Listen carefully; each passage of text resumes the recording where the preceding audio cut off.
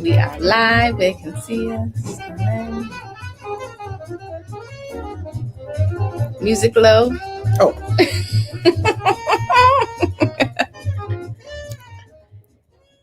Hey, everybody. Peace. Checking in on the check-in. So, welcome to Checking in on the check-in. Yeah. I like that. Getting down on the get down. Getting down on the get down. That was a great series. We are. Oh, I'm Lex. I'm Idris or Dries. For those, that who may not know us Yes. or be acquainted with us. And we are members, founders. What else? Innovators. All that jazz. Creatives, artists, entrepreneurs.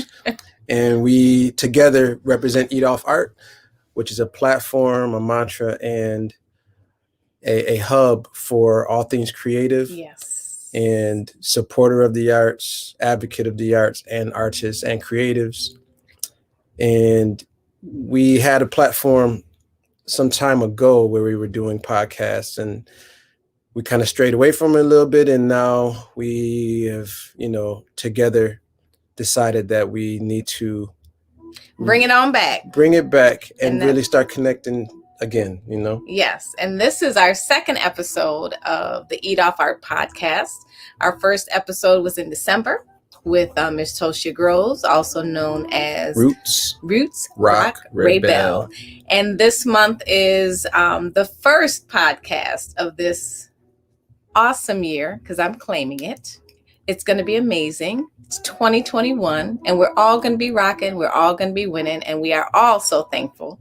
And because of that, we are happy to share our stage and our platform this episode and this month with just some wonderful people. And we're going to bring them on and introduce you to them. And we hope you are as excited as we are. So without further ado, you ready? We are. Let's rock and roll. Let's do it. Let's bring in our guest. Hello.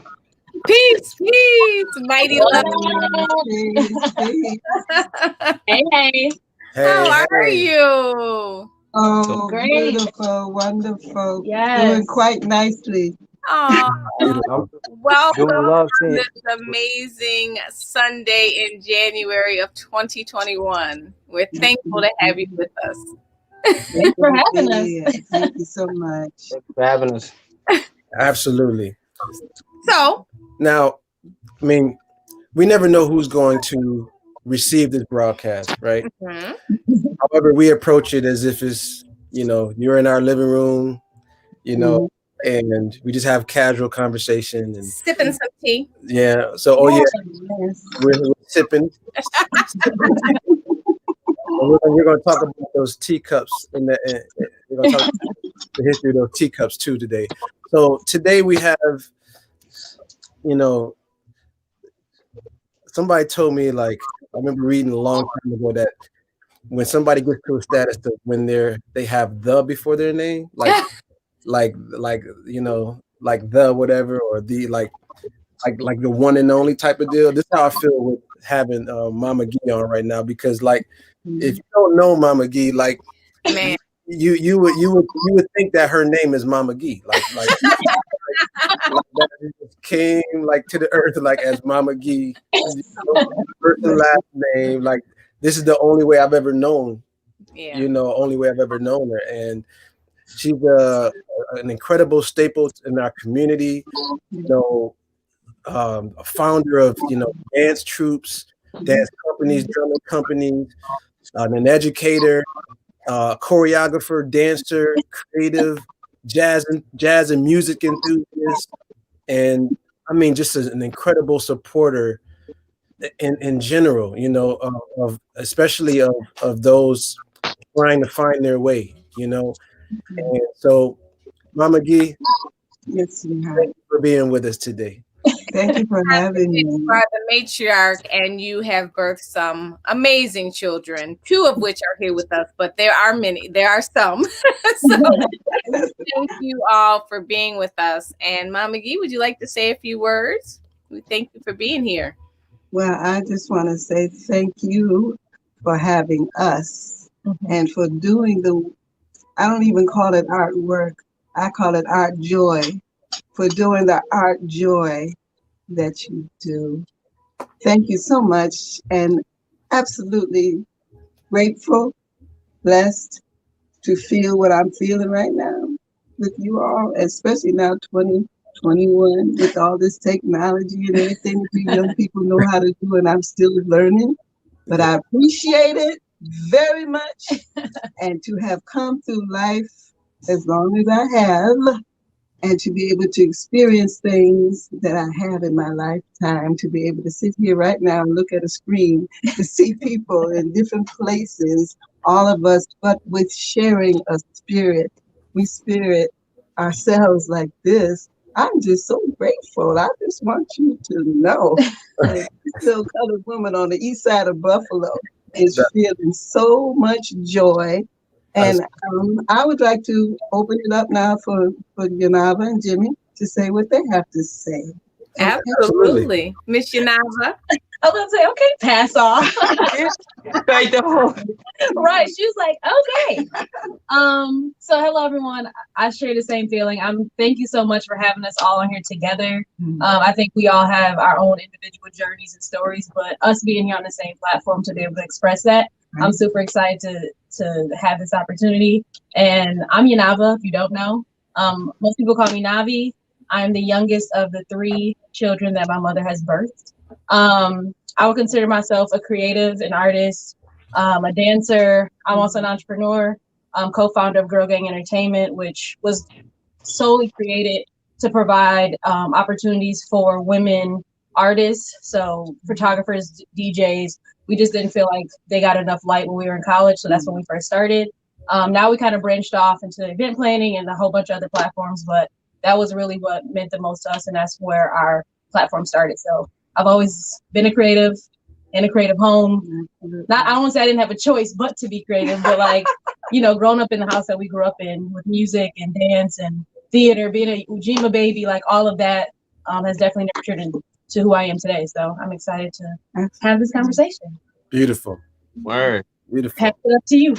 Next up. Here it goes. All right. Well, my name is Jimmy. Most people call me Rook in the creative world. I'm honored to be in this square with you guys, to be able to, at least listen to, be able to like create words for the people that's watching, to be able to see what, see through words what we feel, you know what I mean? So I think a lot of the work that I do now is about feeling. And coming from home and being able to express that feeling to others that may not know what that feels like, but to be able to shine that light that I've been able to be blessed to be be able to look at, being the middle child of 3, being able to get both balance, you know what I mean? And I think I use that with my creative and producing. I'm stepping into the production side of things, gathering bodies together to facilitate an idea. I think that's one of the main things that I'm working on now. But I've been able to, step into rooms with great people, and I owe it all to my mom, for being able to, bring such, powerful people like Idris. You were my, 4th grade teacher at one point in my life. You know what I mean? So it's like being able to say that I could say that, like, I was in 4th grade, like, what I mean? Now I'm in the square now, what I mean? So it's like, so basically I'm forced into having to be creative, what I mean? So that's it. I mean, it's really simple. Learning to say less and doing more. So thank you. Beautiful. Wow. With that comes wisdom. Can we shout out to the eldest of the children, Mama Gee? Yes, we can shout out to Kunjani. Yeah. Absolutely. Yeah. And to her children, to Indaya and Zion. Lil Beans. And to Jimmy's son, Jaden. Yeah. Family out there, we love you all. Yeah. Shout out the seeds. That's Shout right. out the seeds. Yes, absolutely. So important. And that, one of our largest tenets is family and legacy and generation. As you know, we have 2 kids, but we come from a long line of creatives and educators and historians and so many other people. So for us, this is really special that we can share our platform with, a line of creatives, whether, it's, 2/3 or whatever, just to, a line, and just to hear your story and to hear what's coming on afterwards is just going to be amazing. So, I'm going to go first. You have I don't have the sheet. Yeah, you do. Come on now, you know I'm organized. I gave you everything. Oh, maybe I didn't this time. Ooh, come on. Organized. Uh-oh. Come on, teach. We go through this all the time. Somebody got the notes. I am pretty thorough. Yeah. I check before I ask for where something is. You do. Wisdom. If I say something's not there, you can trust that I've looked thoroughly for it. But he didn't ask, and a closed mouth. I just asked. Never mind. Y'all need to see no more than that. Like you said, big homie, wisdom. Yeah, man. So before I ask the first question, Mama Gee, I just want to say you have lots of love, lots of family on here, all three of you. Hawa's on here, she's saying hello. Asia is on here saying hello. Charles Gilbert says hey family. So many other people, and hopefully we'll be able to share some of the comments with you a little later on. Hey y'all. Thank you. My first question spans with you, Mama Gee, in terms of, we know you are like hyper creative, and creativity is in your blood. It's what you speak, it's what you emote literally when you come into a space, whether it's through your style or through your affect or just the way you glide into a room. Wow. How was that instilled in you? I mean, were your parents creatives? Did you have a creative household? Did you every Saturday start jamming on the radio with everybody and dancing? How did that go? All of that, what you just said, yes. All of that.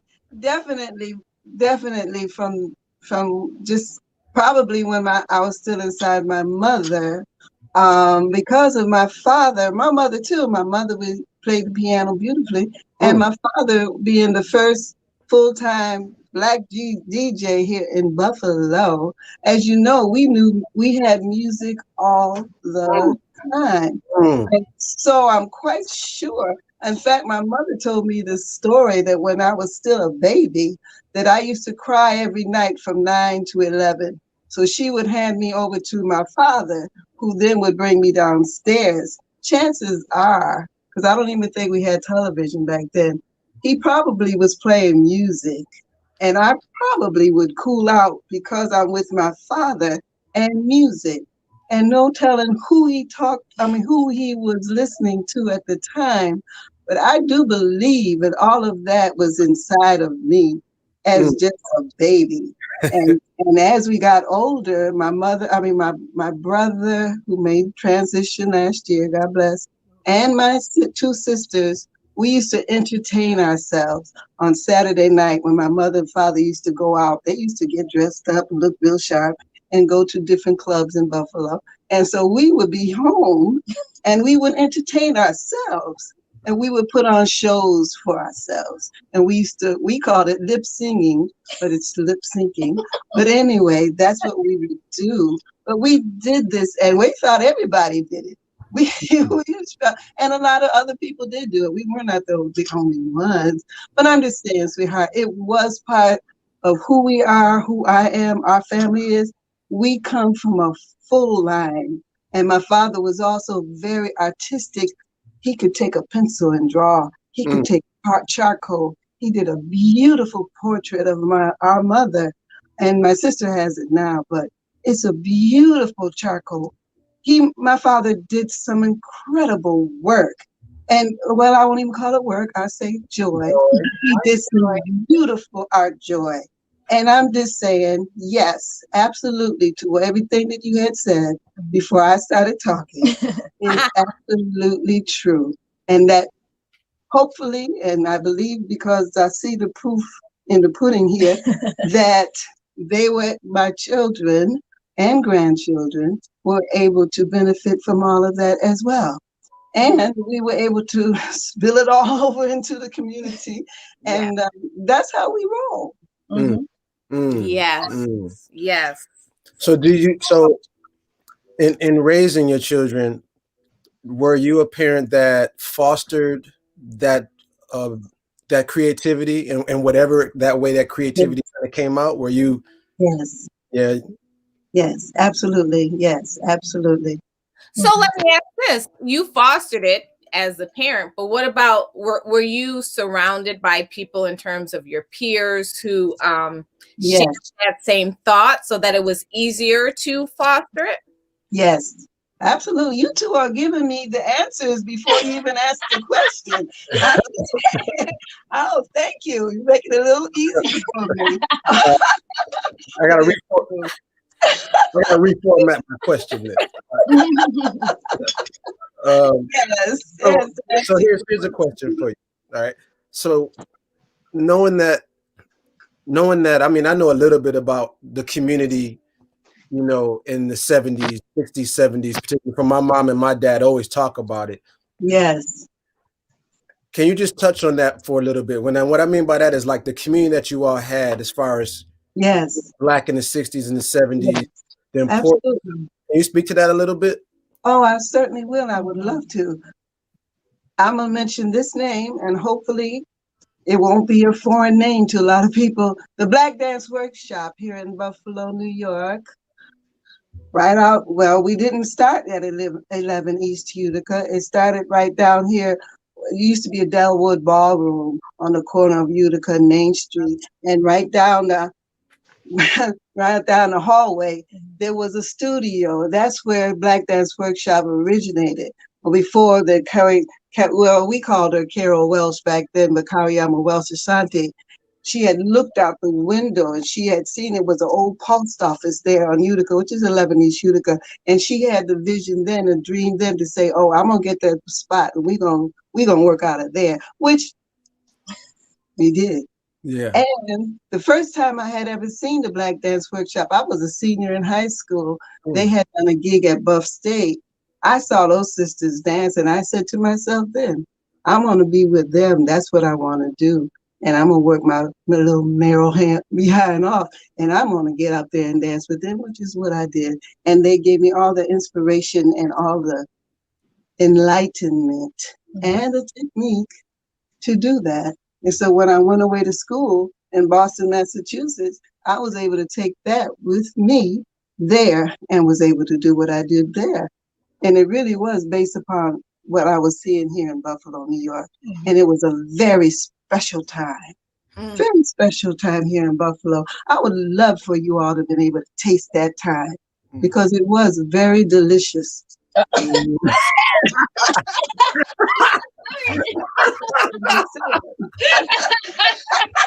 Please quote that. Got it. Yanava, we gotta put that on the next hoodie. She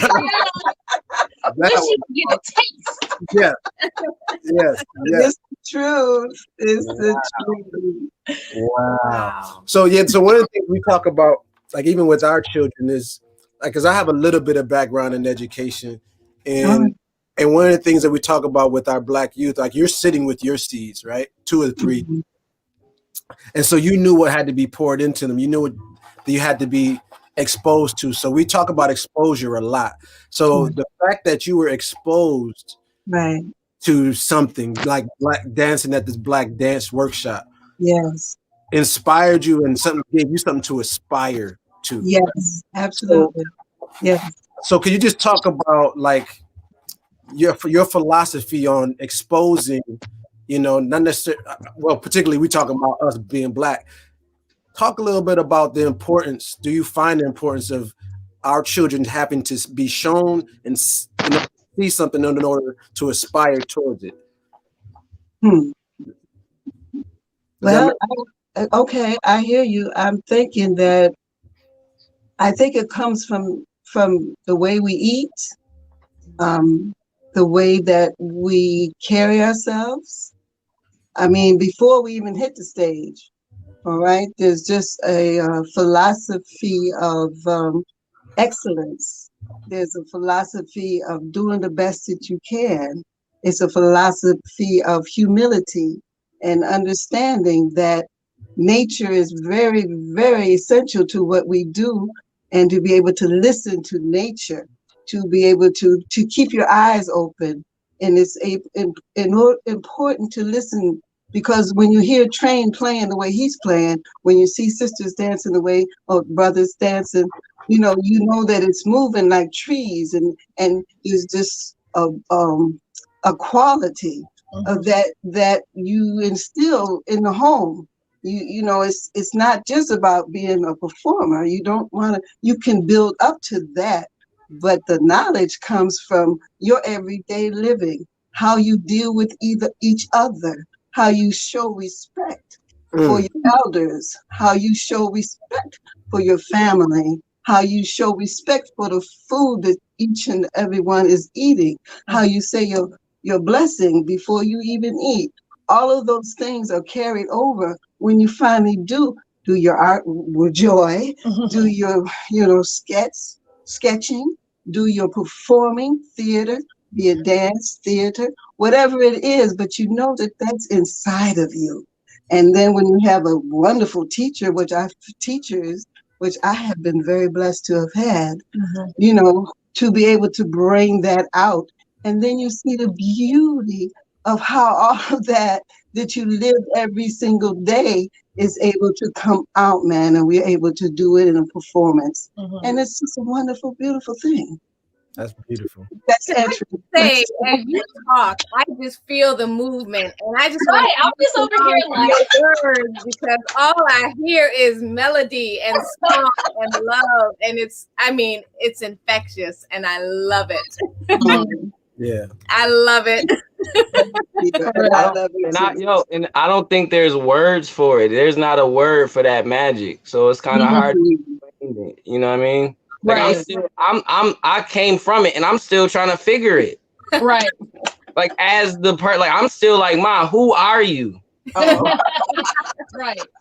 And the thing, Brooke, Jimmy, is that you won't know, because you're going to still be learning, and until you're an elder, you still won't even know, because you're just going to be doing what you've known to do based off of what your mother has exhibited for you and shown to you and given to you, and all this love. So we never know ourselves. It's when people see it outside of us, and I am fortunate, because your mother has on many occasions gifted me with words and insight and jewels that literally shook me to my core, that I have no words for. So again, I give you flowers now, so that I can. Thank you. Yeah, no, I was about. If I could just chime in for like 2 seconds. Come on. Just the whole, with the idea of exposure, because like I was working with young kids in the arts and creatives for a second, and I'm so used to Mom and like the people that I, like Aunt Barbara or like Auntie Lorna, like I'm so used to that platform, and so to me that's normal. Like there's no other. That's the standard. Like, excellence is it. Like there's nothing else you can't present anything besides excellence. And so like to communicate to that to people who haven't been exposed to the type of platforms and excellence and talent that I have been, if they don't understand that, it's like speaking another language when you're like, like, why are they not doing X, Y, and Z? And it's like, well, it's okay. Like, there's a show tomorrow, so they'll be fine. And I'm like, yeah, but no, like, that's not okay. And then, like, leading that into what Mom was saying with, it's like, it's not even just about that. Like, it's more than just, there's a show tomorrow. Like, it's like, are they drinking water? Are they eating? Are they, like, there's more to it than that. And like I said, the most thing is, like, communicating that to people who haven't had that exposure or don't understand it. I don't want to say it's frustrating. It's just like, when you're used to one way, it's kind of like, especially when that one way is literally the top notch. It's like, I don't know how to explain this to you. Like, this is just, I don't know how to accept anything less than this. So exposure to me is huge. Yeah. Wow. Jimmy, do you have anything to input on that? Well, here, I'll just pose this question to you both. And so I'll throw it to Jimmy, and then I'll throw it down to you, Yanava. Of the things that you've been exposed to, as children growing up in this, incredibly creative household, right, where art and creativity and expression is like a key component of your development. What if you consciously drawn from your mother? Like, what if you consciously drawn from your mother to put in your tool belt and use, right? You know what I mean? Yeah, like I said, like every time we actually leave the house, she says, "Remember where you come from." So like that's literally in my pocket. Like I can't not leave the house without her saying that as a disciplinary, like conscious, like I'm consciously remembering where I come from. And it's like, yo, these steps Stevie Wonder was at one point in this cycle of the sun, you know, like people like with my grandfather having all of like Sammy Davis Jr. as, you know, as a family member's friend, you know, like just that energy. It's like kind of hard to leave the house thinking like, okay, I'm about to go out here and do some crazy, you know, you always feel it, you hear it, it's in my DNA. So I think that's the main thing, is just remembering where I come from.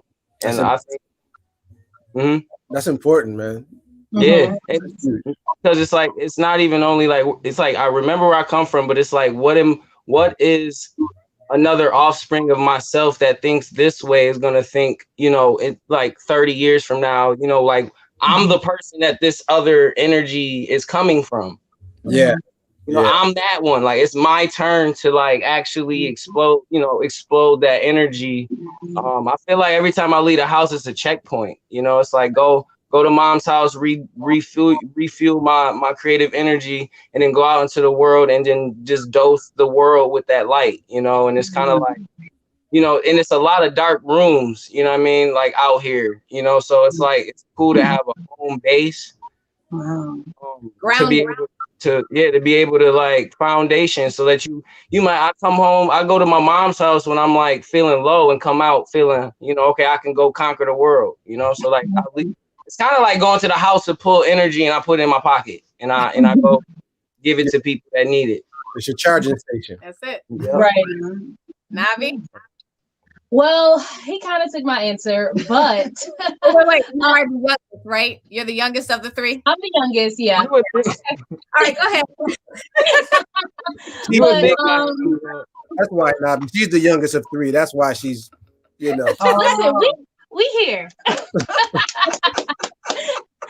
now it's the same for me in terms of, I was having this conversation with somebody else on a podcast, and just knowing who I am, but also knowing who I represent, I think is huge. That I pulled from mom, and just like whenever I go into this world, no matter where I go, no matter who I'm talking to, I never have to second guess how I'm gonna be or how I'm gonna act. Like it was all instilled in me in the household. So I'm always like, and I always know I represent the Lyons family. Like I always know who I represent. And I mean, especially being in Buffalo, like anywhere I go, it's probably gonna be someone that knows me and knows my mom, knows somebody in my family. So like I've always known not to act out or do anything that wouldn't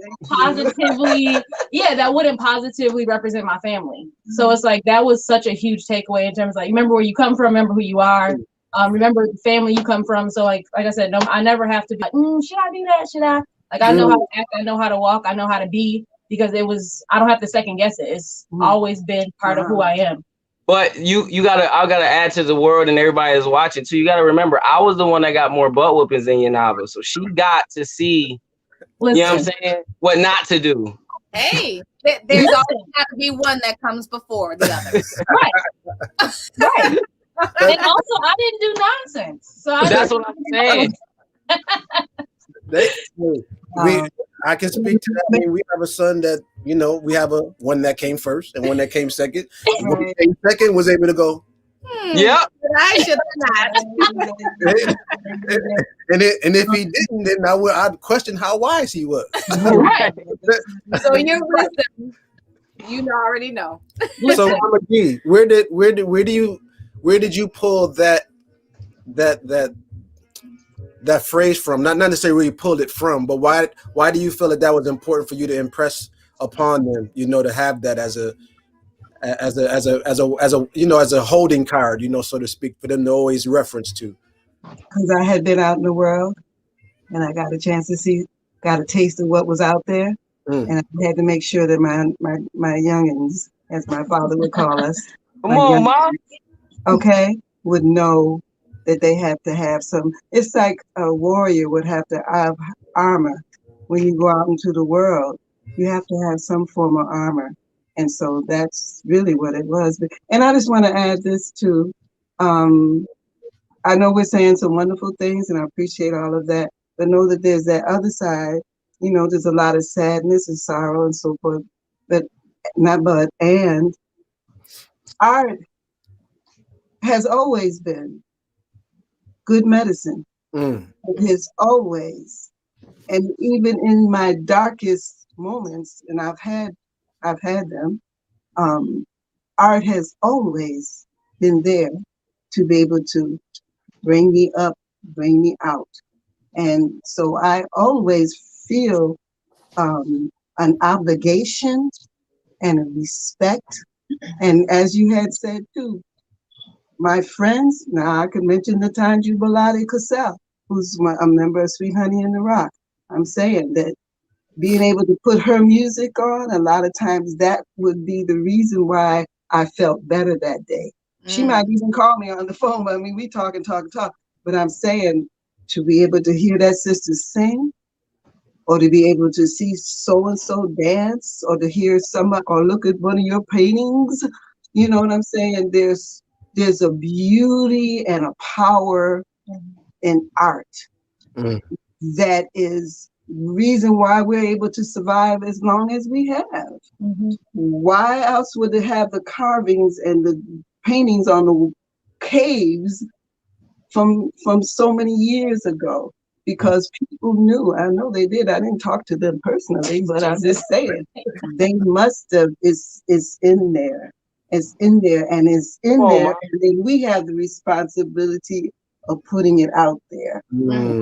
Our music, our art, and our joy can be shared. It's not it's personal, and because it's coming, you know, you're carrying that, but it's universal in that we are all able to share in it. Okay, we can listen to Train now. Train been gone how many years? All right, but we're able to listen to that brother. Okay, we're still able to listen to Jimmy Garrison, McCoy Tyner, and you know, these brothers who were playing, and they were not old men. They were very young. Train only made it to 40. I'm saying we can listen to Love Supreme. He was only like 36 years old. A young brother. But the fact that these brothers and young people were able to experience life, you know, to go through it. I mean, go down in it, and then to be able to bring yourself up out of it. And here you're making music so other people can listen to. Here, 2021, we'd listen to, I still listen to Love Supreme every morning. I do. And that's how I start the day. And we're in the middle of a pandemic. We don't know from one moment to the next what's going to happen. Okay, you listen to the news. I don't have television, so I listen to the news on the radio. But I'm saying I listen to all of the terrible, terrible, terrible things now, and it's for reality. It's not made up. It's reality. You can't make this up. But I'm saying, but at the same time, it's like you can look up and say, okay, all these things are happening over here. What is the beauty of life? What is the beauty? What is going to save me? And boom, art. Boom. So if you would like to share some of your insight and thoughts, because we never know who's listening, and besides, this was recorded, so it'll be played back as well. People can share it, YouTube and all kind of things. So if you wouldn't mind sharing some words of wisdom to put parents or grandparents onto the importance of, if they have creative children, about what they can do to foster that, because a lot of parents, you know, they fit in this construct of what success may look like, or living or doing things right may look like. Can you lend some insight and some wisdom upon, you know, the adults listening that are either going to have kids, that have kids now, like, because what the thing that struck me about what you said was about responsibility. So if you're an artist and you're a creative or you're a musician, you're a dancer, I feel the same way, that I have to be obedient. I had to make a lot of sacrifices. We had to make a lot of sacrifices to be obedient to that call. Right. So as a child, you're going to be obedient to your parent, right? Right. And you don't know how to convey to your parent, like, this is inside of me. yeah, like this is what I'm being called to do. And as parents, you're like, no, you gotta. So the long way of getting around to my question is, please lend some insight as to how parents should or can foster that creative being that really needs to come out as a responsibility to themselves and to the world. Oh, wow. That's a good one. That's a very good question. The word passion comes to my mind, but I don't know if that's a word that children would necessarily understand. But as a grown person, you would hope that understanding that there's a passion in that child, that's what the art is coming through is a passion. And that I think that perhaps not putting a price tag on passion, if makes sense, not to think that you're going to do this, was for a child to be told, well, you can't be an artist because you don't make no money doing that. You know what I'm saying? Which is something that people say. But I'm just saying, if there's a possibility for that child and for that parent to understand what it means, how important it is for that child, for whatever it is, whatever the passion is in that child, to be able to foster that and maybe just step aside from the money aspect of it for a minute. Of course, we all need money. We all got to make money. We got to pay rent. But at the same time, there's a certain something else going on in that child that needs to be just like, I say that because I was raised by parents. They never told us what to be. It wasn't about, no, you're going to be this, you're going to be that, you're going to be that. My parents didn't necessarily dig what I was doing. And I wasn't supported in that way. That's just the truth. Right. But fortunately, I was around other people who weren't necessarily my kinfolk in that way, but I was supported in other ways by other people. And I'm just saying that to hopefully answer your question in the best way I can, that, there's a realization of how important it is to support somebody in their passion. And it may be the person that you don't even want to talk to anymore, but there may just be one other person who can say, no, look at the way he held that pencil. Look at what he's doing with that drawing.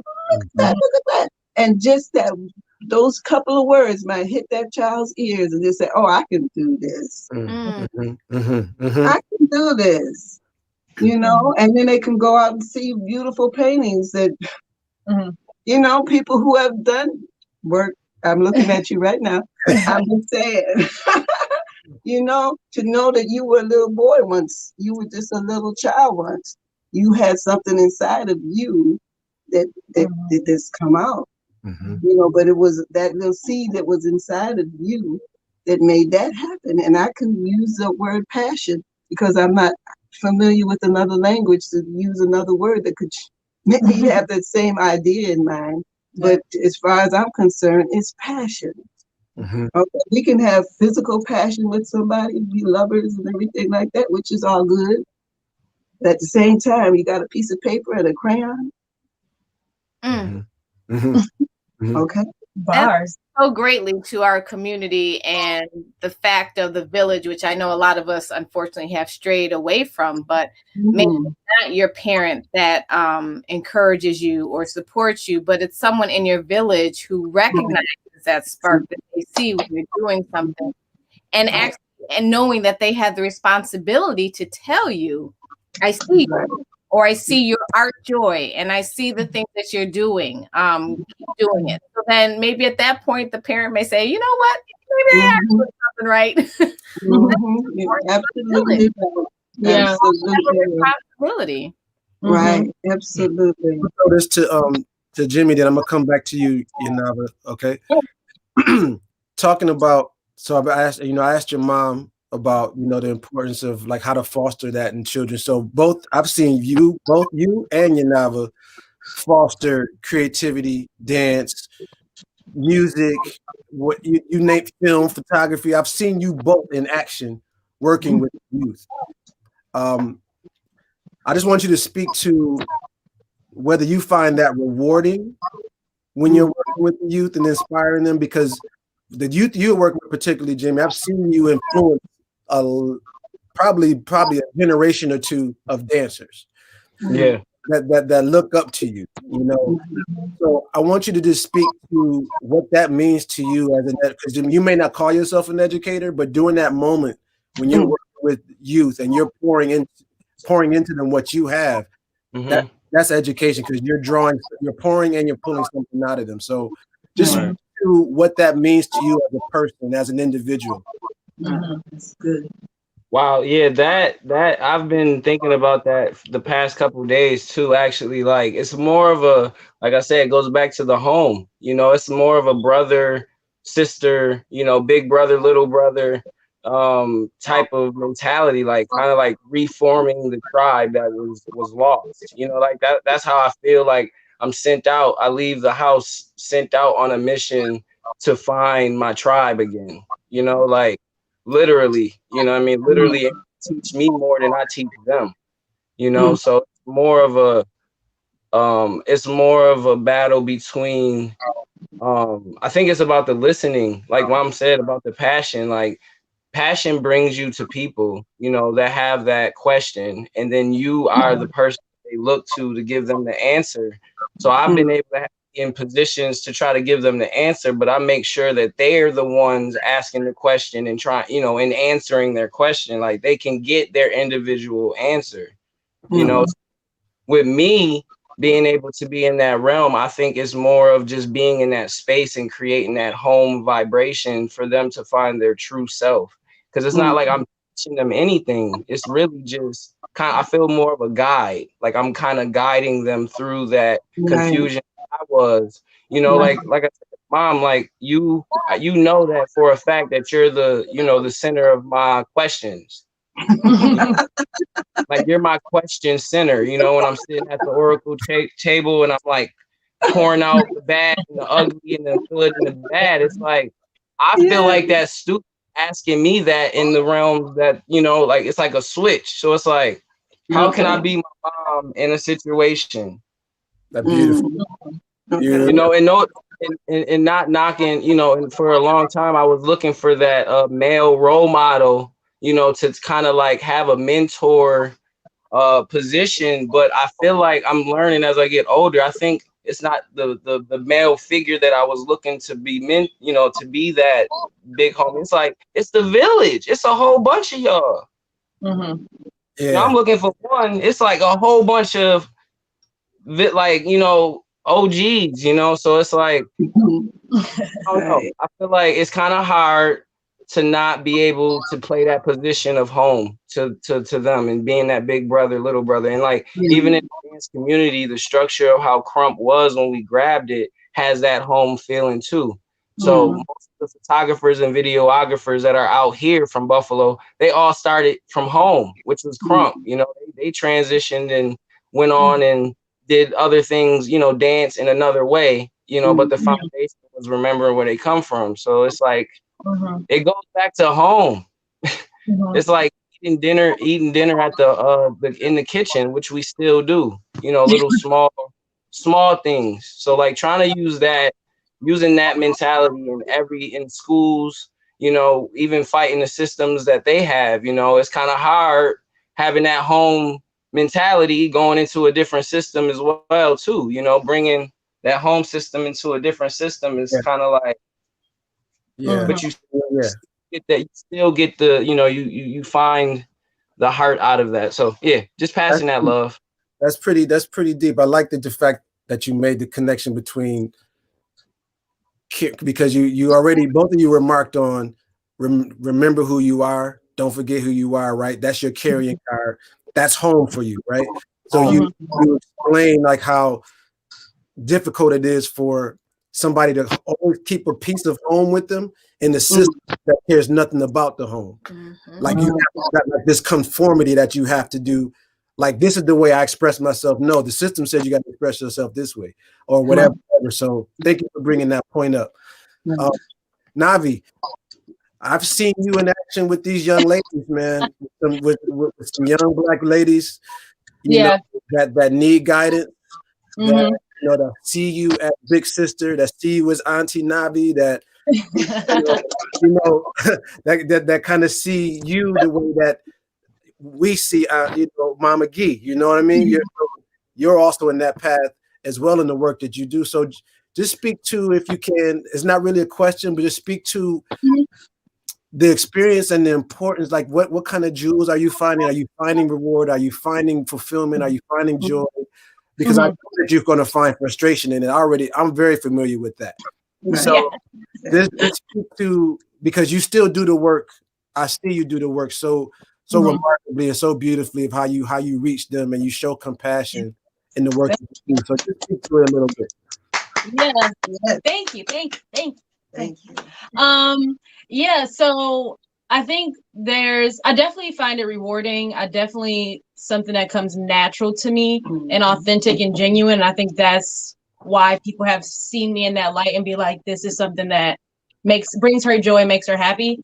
But I think two things that I definitely learned in that space is I can't be everything that they need. And I've always been the type where it's like, I need to keep giving, which is great to an extent.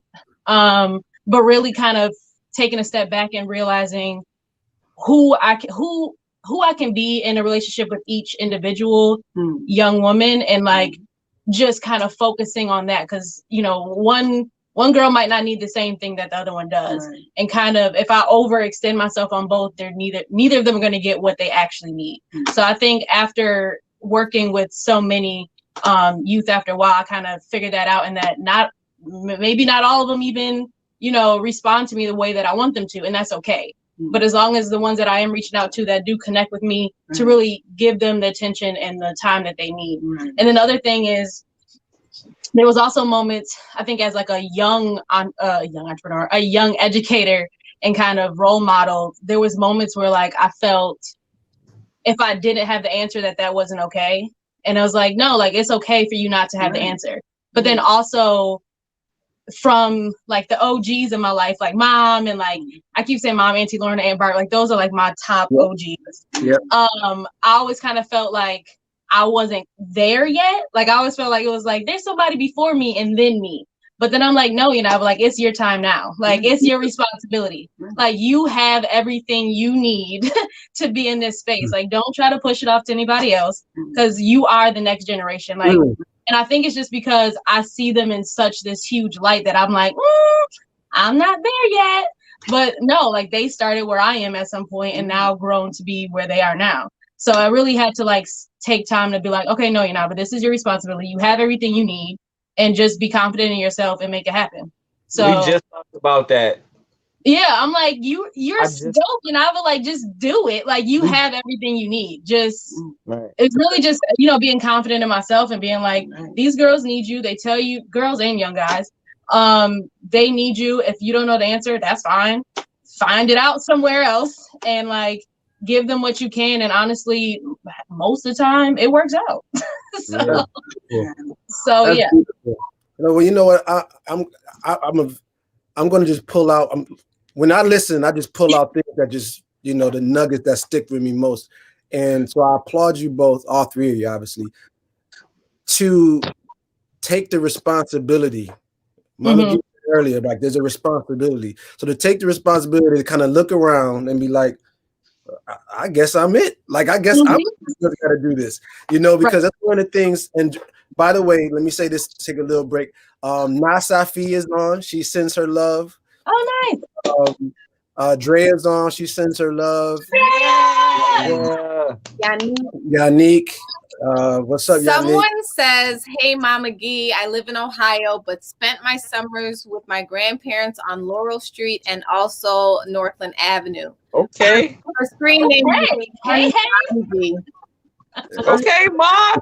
I'm not sure who okay is, but I think they're plugged in somehow to y'all as a family. I'm not sure, but the reason I brought up Drea's name particularly is because she and I talk a lot, right, about responsibility as artists and as creatives, and we talk about all the time. We go, we are them. Like y'all say that. You're right. Yes, we are them. Like we sit here like, well, who's gonna do this and who's gonna do that? And you know, we had a program that did this. Or I wish, like, then we look around like Nobody else but us. it's us.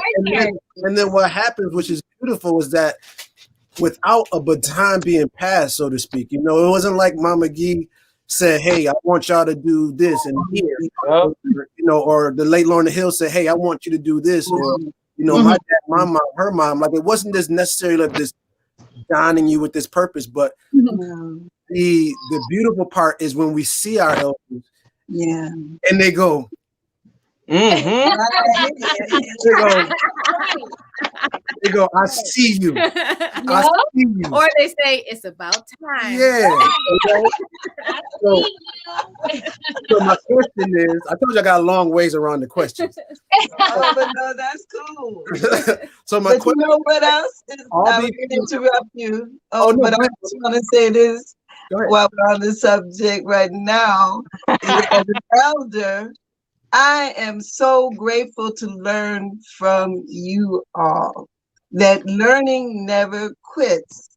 In fact, all these things that can happen now, we're in the middle of this pandemic and things like this, and we're home. I'm home most of the time, but I'm just saying it's giving me time now. I don't have to think about going out. I don't have to think about all that. I'm sitting here at my table. In fact, just the other day, I ordered a tabletop easel. I've never had one. And I'm just like, what? I'm sitting here drawing and doing all these things. Why not? So now I do. I'm just saying, but it's because of young people. I'm just saying, because, and I'm gonna leave this with y'all, is that it's a circle. You remember, it's a circle. And in a circle, nobody is in front of the other person. We're all next to each other. And so when it's your time, come on. Okay, come on now. Money. You just go ahead and do what you got to do. But you know that it's all circular. In the same way we say what goes around comes around. It's because it's all circular. And if you really, really, really wonder why you say that, just look at animals. Just look at plants. Just look at trees. Just take some time really to listen to nature. And a lot of times you don't have to even say anything to nature for nature to say something back to you. It just is the way it is because it's been added a lot longer than we have. So I'm just saying, I'm listening to all of you and I'm living life and I'm listening and I'm learning. And I appreciate that so much because we are all on this, all of us, all of us, not one next to or front of the other. We are all on it. That's rich. That's heat. Now, art, and now to bring it back, right? Well, there's two parts. Yes. One part is about, I'm going to go to I knew where you're going. I'm going to go to the last part. Maybe. I have one question that was first, but I'm going to put this last because I want to talk about this circle. Now, you spent some time, if I recall, in Africa, right? Oh, yes. Okay. And you studied, well, obviously you studying some sort of African dance or dance, yes? Yes, that was my job. Okay. Help me out with whether circles are important and crucial to learning dance. Like, is dance taught with people around? Because what I'm saying is, like, when I grew up dancing, like you said, there was no one person in front of the other. It was a circle. Like, there was a cipher.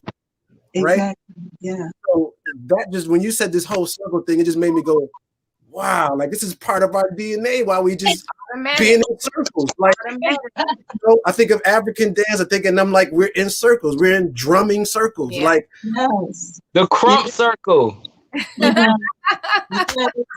Yes. You literally. Yes. Yeah. The pot, the melting pot, the pit, Mhm.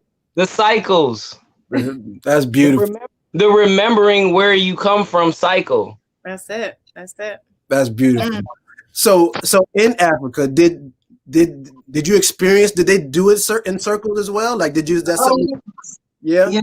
In fact, I'm gonna say this to you, and I don't really share this with a lot of people. That's But what I'm saying. I didn't even say it. I didn't say it here, right? But one of the most precious days for me while I was there was the one day that we actually danced outside, because up until that point we were rehearsing in a room that had concrete floors, and I busted my knee. Let me tell you. Anyway, but then one day we actually went out in the courtyard, and I actually literally danced on African soil. And the point I'm bringing up is that we danced in a circle. The dance that we did was just, it's in a circle, and that's what we did. And it was because I was, dealing with a whole lot of other things while I was there. But at that point in that day, and I didn't know what I'm saying to you now. I didn't know it back then, but I know it now. But I'm just saying it was Great Spirit Goddess, way of letting me know that I can share this with you now, that was the moment, that day, dancing in a circle. And it was something that I never even imagined I'd ever do. I'm dancing, and I'm not dancing with people that I knew. These were all these sisters and brothers who were dancing. This is what they did. I'm over here from America dancing with, they didn't speak English. I didn't speak what they were speaking, but we were all listening to the drums. That's where I learned.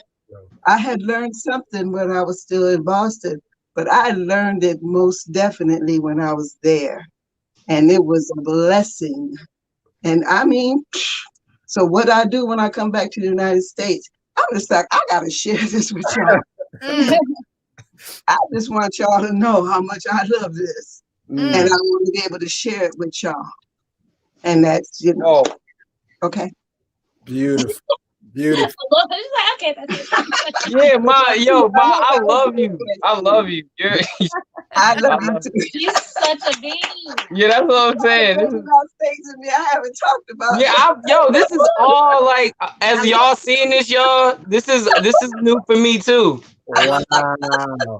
This So is real. thank you all for bringing us up like this. Wow.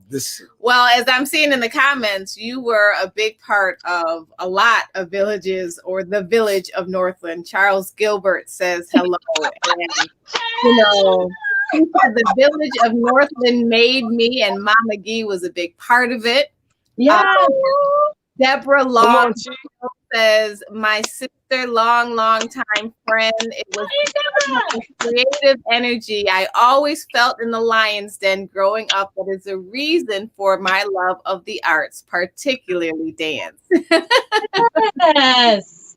Your sister is on. Miss Appleby is on.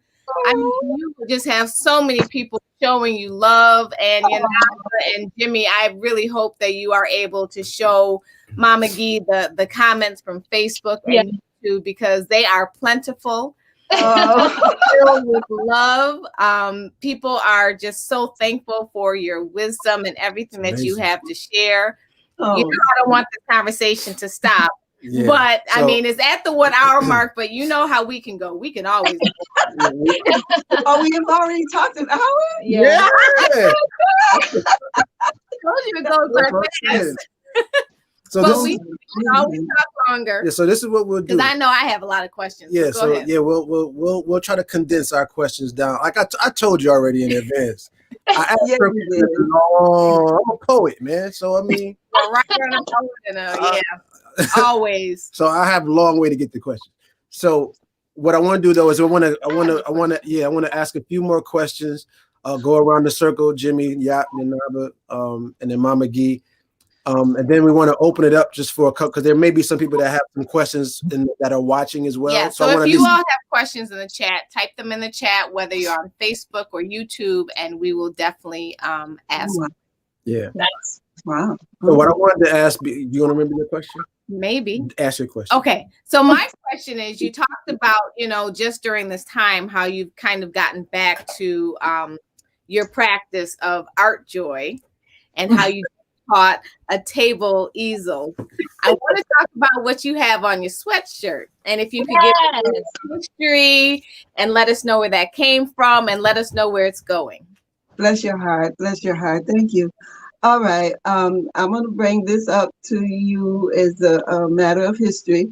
Now it's been 41 years. Kunjani was all of 2. I think she was getting ready to turn 2 years old. She was taking a nap. And I'm in the bedroom. I didn't have an easel or anything like that, but I'm looking through a book and I see a picture of the Sambaru sister.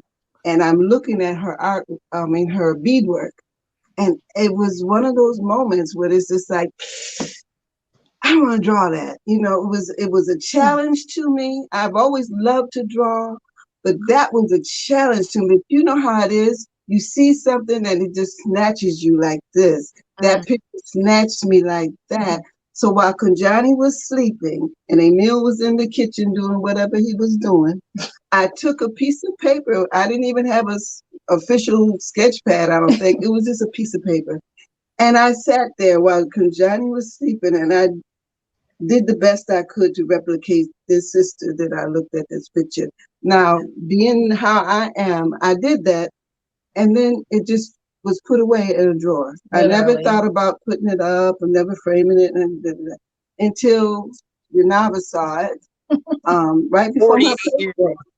And she saw it, saw the picture. I don't even know why I had it out, but I did. Mm-hmm. Anyway, she said, Ma, that would look good on a shirt. And I was just like, oh, okay, cool. So she took that ball and ran with it. So that's the reason why I have this, and she has it. She gave this to me for my birthday. And then she says, Ma, we can do this so the other people can have it, and we can do a hoodie. Yes. So she decided to do, and I'm just like, oh, okay. I've done my part. Right. Okay, because that's all life is, honey. Life is a rhythm. Everybody got to play their part, right? Woo! So I played my part. So now she's playing her part. Mm-hmm. And so we had a little delay with the hoodies because it was only a certain number that we were going to choose. Mm-hmm. Certain people, not to want to leave anybody out, but it's only because. Well, Yeah. And so now we're waiting for that to happen. But sweetheart, that's the reason why this is the way it is. Well, so it's running from 1970 1980. 1980. But I want to let me add to this because this is some stuff like I've been like through my like what is it, Mar? How long has it been since I've been like wishing that you just drop all your heat? You know what I mean? Like From like yeah. 98. Like I want like everybody's watching. I've been trying my best to get Mom to drop some heat for years. Like she'll pull out Idris, she'll go in her thing, she'll go somewhere, she'll like disappear. And then disappear and be like, oh yeah, I did this back in 1987. It'd be some heat. I'd be like, Mom, what the like, yo? Like full heat. Like, what are you doing? Did I say something? Yes. In my own defense, I've been saying that because of the fact that I know that what I would draw, you see, when I was a little girl, my father used to get his shirts dry cleaned or whatever.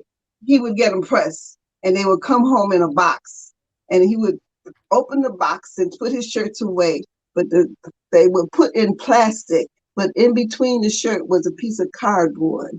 And I don't know what got into me, why I did it. I never asked him, but I discovered I could take that cardboard out and that would be my drawing. And then there would be the World Book Encyclopedia.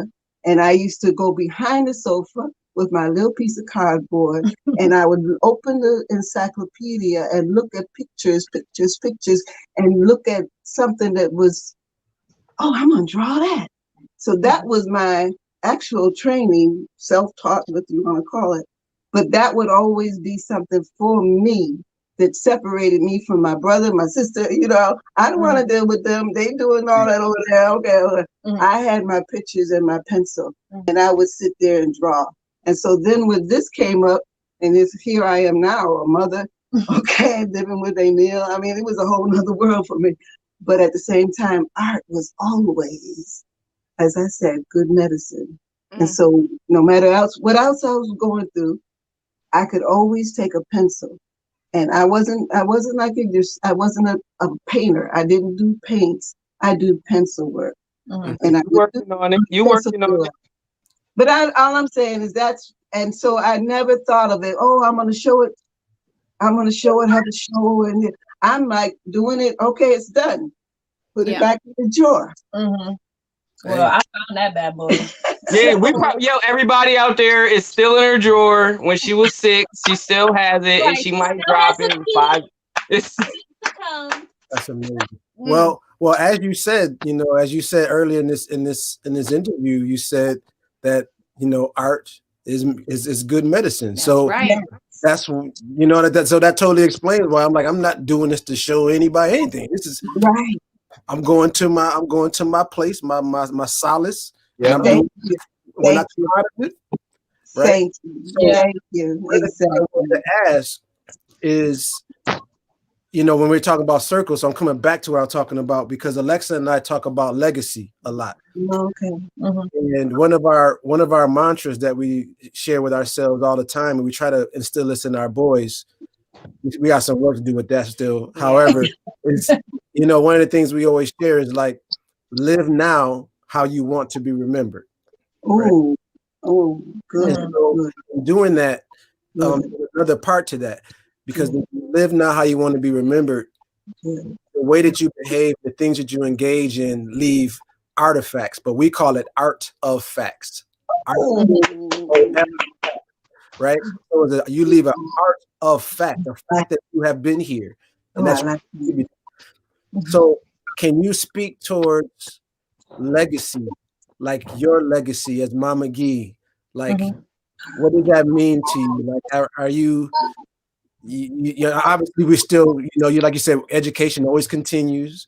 We're always evolving into who we are, but can you speak to what legacy means to you? Thank you for that.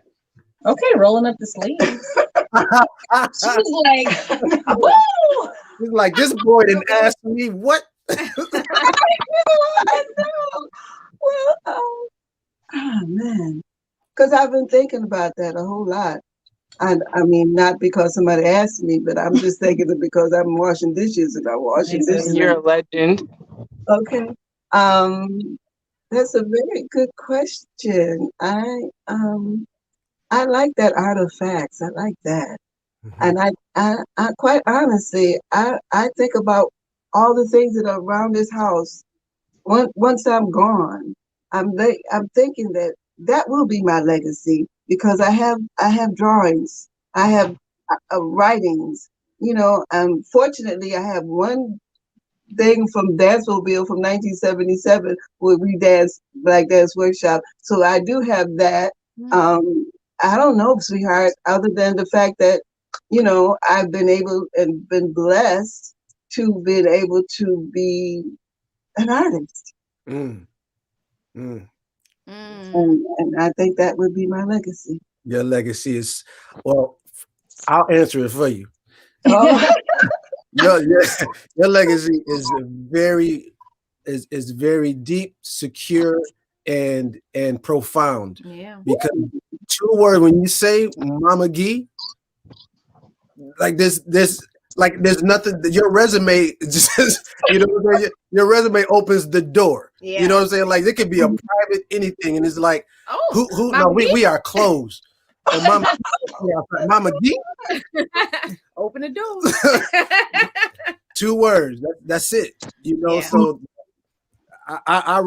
we applaud now the legacy that you have left, and your legacy also speaks through your 3 children. Yes, and your grandchildren. And Johnny is on. She is on. She's actually 24K. That's been on since the top of the hour. So come on. Yeah, Kunjani she says, and Mommy was never one to try and capitalize off of her work. So that's another reason why she wasn't selling her pieces. She says she's very proud to be the oldest daughter. And proud of the family. So I know I specifically have No, go ahead. I'm sorry. No, I just want to say thank you. That's what I was saying. Thank you. Special. All you all are special. Okay, I know. I particularly have two questions. And then we're gonna. Yeah, then we're gonna wrap it up. So the first question is for all three of you or whomever wants to answer. But you know our tenet and our affirmation is eat off art. What does that mean to you?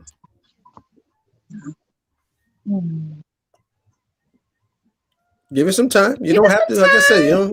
Yeah. Sip your tea from those beautiful cups, and while you're waiting. In the meantime, I'm gonna brag a little bit. Oh yeah. Yeah.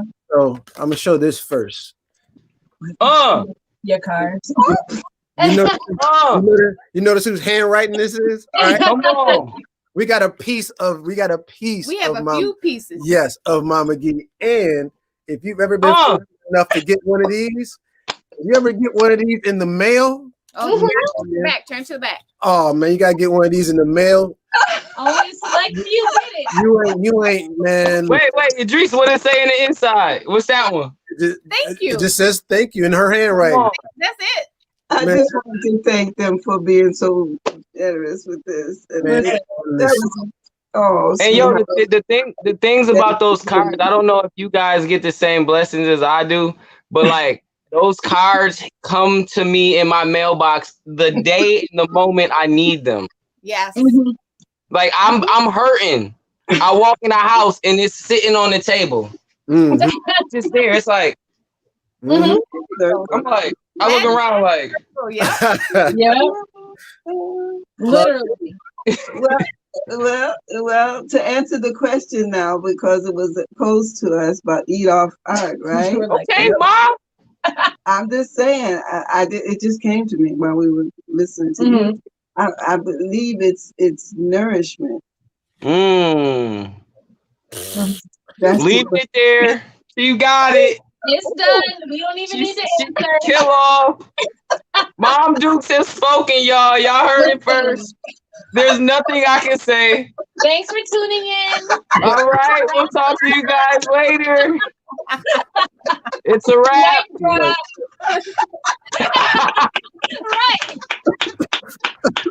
It's a wrap. That might be you. Listen. That's called a kill off. That's a kill off move right there. Woo. Y'all are so beautiful. I just want you to know how much this means to me. Bean. All of you, how much this means to me. Thank you so much. Thank you. Nyoka Boka. Nyoka, but we say Nyoka Boka, that means it is for us. Okay, when somebody says thank you, Nyoka Boka. I learned this from my friend Natanju. Okay, because she lived in Senegal for 4 years, so she knows the language. So, but that's Nyoka Boka. Okay.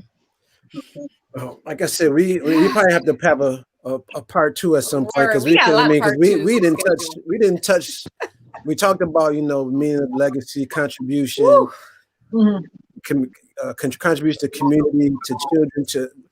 We talked about it, like I said, but it's very difficult to go as deep as we want to.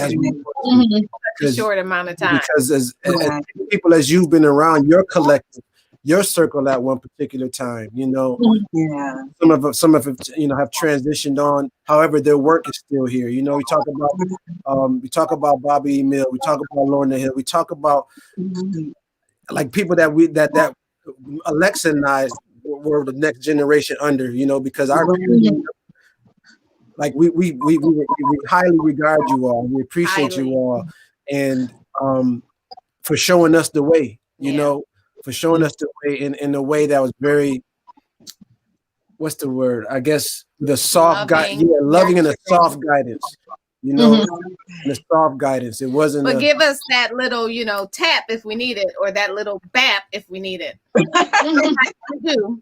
Sometimes we're hard-headed, and sometimes we need that hard, cold truth. That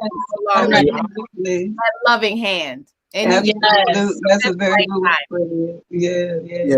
Well, I mean, yes, and I mean this in the sense of like, because one of the things Alexa and I talk about is there are I don't want to say some of you, but there's some of our people that don't make room for the next generation. Like they overshadow with some sort of intention of like, no, I did this. This is me. And it's like, but you're not the next generation that you have to pour this water on and on that seed for us to continue the good work. Right. That's important. So succession, right? Yes, succession. Making sure that there's a succession plan for our community building, for our community love. So that's what I mean by people like yourself, that I thank you for being, for pouring water, for pouring water on us and not, making it all about Mama Gee. Like that's what your humbleness is what also makes you, shine so bright, and I'm going to close by just saying that me and Mama Gee are connected on some sort of weird wavelength, because we used to have these lunch dates without ever communicating with each other. I used to go to Taj Grill, just pop in there, and either Mama Gee was there already, or I would be there and Mama Gee be walking in. I'd be like we doing lunch today, huh? She's like regularly, regularly, Yes. So cute. Right. Yeah, that happens a lot. No, for real. So I miss our lunch dates. That's so sweet. I just want to add one little thing too. Please. And just like, especially for mom, like this is huge for mom. Yes. And for mom to be sitting here in front of a ring light talking to the universe right now. Yes. I don't understand how much when I text her like, ooh, how can I write this so she'll say yes? I was like, so Idris and Lex are doing this thing, can you be free? So like here we are. But then in terms of like the content of what we're talking about, like Idris just said, like mom's is super humble, but almost to the point where like she doesn't understand how fire she is. And so like she doesn't see herself the way we do. And so like Jimmy and I and Kanjani, like we're always like, Ma, like we'll step out somewhere and she's like, yeah, people talking to me. I'm like, Ma, you like, I don't think you know who you are. Like, I'm your child, and like we walk into a place and I'm like, all right, who's gonna say what's up? Like she just is like, oh yeah, we're just here. I'm like, no, I don't think you get full grasp who you are and like what you represent, what you've done, and like I don't think she understands how much people actually know and understand what she has accomplished. Right. Like some of the stuff she's like, yeah, I just did that, but I'm like, no, like people know your resume, people know what you've done, people know what you're continuing to do. So to be able to hear you guys and like people in the comments acknowledging that, and for her, I'm saying her like you're not sitting here, but for you to hear that beyond just your kids, this is like huge. So I appreciate this platform, and I appreciate y'all for giving her this moment, especially in a pandemic where we're all kind of separated. Like to have this moment together is like perfect timing. So thank you. Important for us, it's just so important that we acknowledge those in our circle, that we acknowledge those in our village, that especially during this time, we acknowledge those that are creating or who foster creativity or who uplift creativity, and who recognize art joy. So, I'm going to be using that term for a long time now. Art joy is it. I love it. Yeah. All right. So one thing. So we are going to do one more thing. No, but the nugget. The nugget, the gift box. Yes. Okay. So when you go to parties, bag. like when you go to parties, right? Like or like birthday parties or engagement parties or whatever, they would always give like some sort of gift bag, right? Like for everybody when they little memento, it'd be a favorite, whatever, right? For Eat Off Art podcast, we like to ask if there's something that you want to drop in the gift bag, like a word, a phrase, a sentiment, something of that nature. Like, what do you want people that are listening and that are going to see this later? What do you want to drop in that gift bag for them? All three of you. Well, I'll put it this way. We'll do Jimmy first, then Navi, then Mama Gee. Okay. Okay. Never give up. Got it. Mine will be don't be afraid of success. Ooh. I like those. Mm-hmm. Oh, and listen, my bad. It's always me too. You said extra words though. Like the word listen? Like the word listen? Yeah. Okay. Like Listen. never give up. Listen. Okay. Bet. I would say, I would say, remember where you come from. Banger.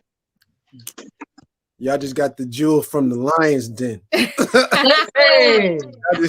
fire. You can say that again. Yeah. You just gave everybody that little pin, you know, that little pin that you get. Like Remember? and she went. You're not my baby. Yeah. Because you got a lot of kids out here, Mama Gee. Yeah. Yes, you do. You got a lot of children out here that call you Mama Gee. Yeah. Yeah, ma. With reverence. Yeah. With reverence. Mm-hmm. And to the degree that some of them have not even met you. Right. That, you know what I'm saying? That want to, oh yeah, I know Mama Gee. You ain't even met Mama Gee before. Like, you don't know Mama Gee. Like, I know Mama Gee. Yeah. Right. It's like that. You know. So yeah, so thank you all. Thank you. Yanava, thank you for figuring out a way for the technology to work. You know, I got you. Last time, when we were practicing, Mama Gee was on. She was like in the rainforest. She was in the rainforest somewhere. She's like, she was in the cave somewhere. Like. Yo. So thank you, and shout out to again to everybody that was able to sit with us. Yeah, some other folks were Cheryl McLean. We told you Sherelle, yeah. Sherelle, yep. And Buena Daniels was on. Mama Balala was on. Mama Balala was on. Yep. Mama Linda Appleby was on. You mentioned her already. My cousin Melanie, a lot of family, and friends. Yeah.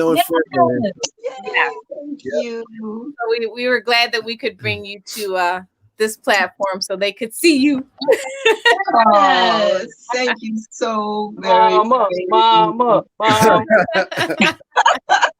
Mommy on the internet. Yeah. So thank you all so much for this wonderful time together. This was Thank you. a cherished moment and a cherished time, and we definitely have to do this again. Yeah. Yes. Okay, all right. And Well, everyone, stay safe. thank you. Absolutely. Thank you. And everyone who is out in the interwebs, thank you so much for joining us. Thank you for being a part of Eat Off Art and understanding, where that fits not only in our lives, but in the community and hopefully your lives. And on the podcast, we'll see you next month in, February? February. But this Friday, January 15th, we are going to be doing a live happy hour with Idris. More details will be available on www.eatoffart.com. So please help with those. So thank you again. Thank you. Love y'all. Thank you. This is legacy. This is legacy. This is it. This is legacy. This is legacy. Absolutely. Oh my goodness. Yes. I love y'all. Peace and love. Peace. Love y'all.